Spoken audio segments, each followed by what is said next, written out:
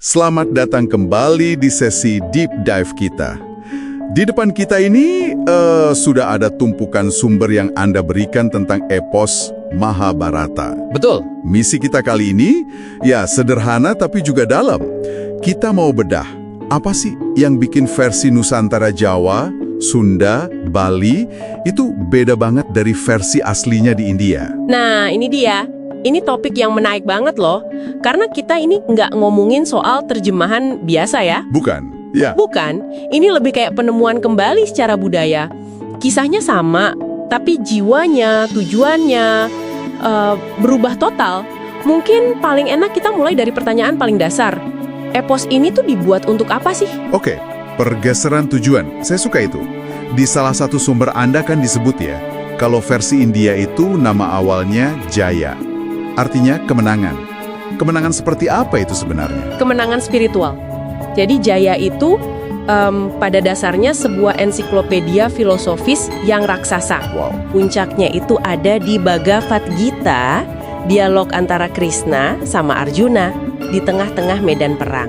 Nah, ini yang terkenal itu kan? Betul, tapi isinya bukan strategi perang loh. Isinya itu diskusi soal kewajiban atau dharma dan jalan menuju pembebasan spiritual, moksha. Jadi tujuannya ya keselamatan jiwa. Oke, keselamatan jiwa di India. Terus, gimana ceritanya pas sampai di Jawa abad ke-12? Sumber Anda menyoroti Kakawin Bharatayuda. Dari namanya saja sudah kedengaran Lebih fokus ke perang. Tepat sekali. Iya. Bharatayuda itu artinya perang Wangsa Bharata. Dan yang paling radikal, ini dia, seluruh ajaran inti Bhagavad Gita itu sengaja dihilangkan. Dihilangkan? Serius? Betul. Fungsinya bergeser 180 derajat, jadi puja sastra. Sastra pujian. Iya, sastra pujian yang ditulis spesifik untuk melegitimasi kekuasaan Raja Jayabaya dari Kediri waktu itu. Luar biasa ya. Jadi dari teks spiritual, diubah fungsinya jadi semacam surat pengukuhan raja. Fokusnya bukan lagi ke pembebasan jiwa, tapi ya pembenaran takhta. Persis. Dan pergeseran sebesar ini udah pasti dampaknya ke karakter-karakternya juga. Nah, ini bagian yang paling kelihatan bedanya. Contohnya Guru Drona. Di India kan dia sosok yang sangat terhormat ya. Sangat dihormati, brahmana, resi, ahli strategi yang tragis gitu loh. Tapi di Nusantara, dia metamorfosis total jadi Durna. Jadi Durna, sosok yang licik, penuh perhitungan, tapi sering jadi bahan guyonan juga kan? Betul. Ini kan sebenarnya bentuk kritik sosial yang cerdas sekali dari para pujangga Dita dulu. Maksudnya? Durna itu jadi simbol otoritas yang korup, yang ilmunya dipakai bukan buat kebaikan, tapi malah memprovokasi perang untuk keuntungan pribadi. Oke. Kali baru. Anda pasti merujuk ke Punakawan. Tentu. Semar, Gareng, Petruk, Bagong.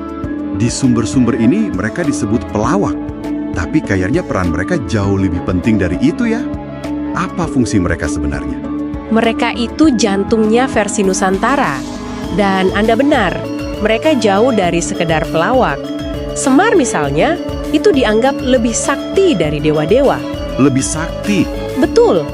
Dia itu penjelmaan dewa yang sengaja turun ke bumi untuk membimbing para Pandawa.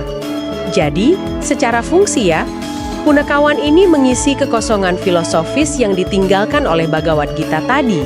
Jadi pada dasarnya, para pujangga lokal kita itu menciptakan pembisik untuk para kesatria.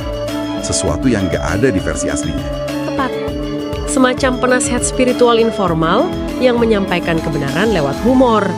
Dan karena fleksibel, mereka jadi kuat sekali. Lewat Semar, ajaran mistik kejawen bisa masuk.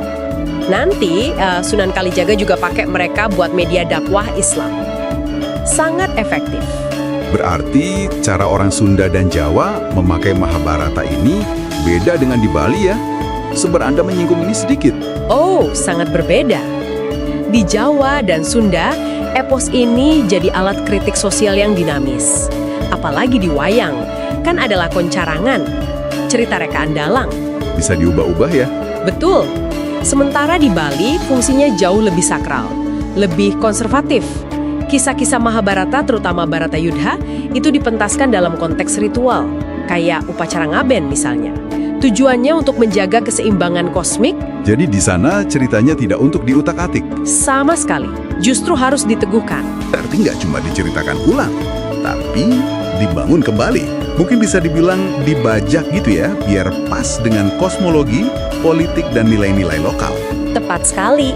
Ini bukan lagi teks India di tanah Jawa. Ini sudah jadi teks Jawa sepenuhnya.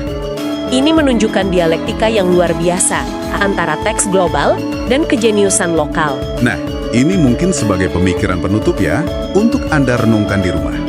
Apakah sebuah kisah agung itu bisa bertahan karena pesannya yang universal dan abadi, atau justru karena fleksibilitasnya, kemampuannya untuk dikosongkan, lalu diisi lagi dengan makna-makna yang sama sekali baru oleh setiap budaya yang menyentuhnya?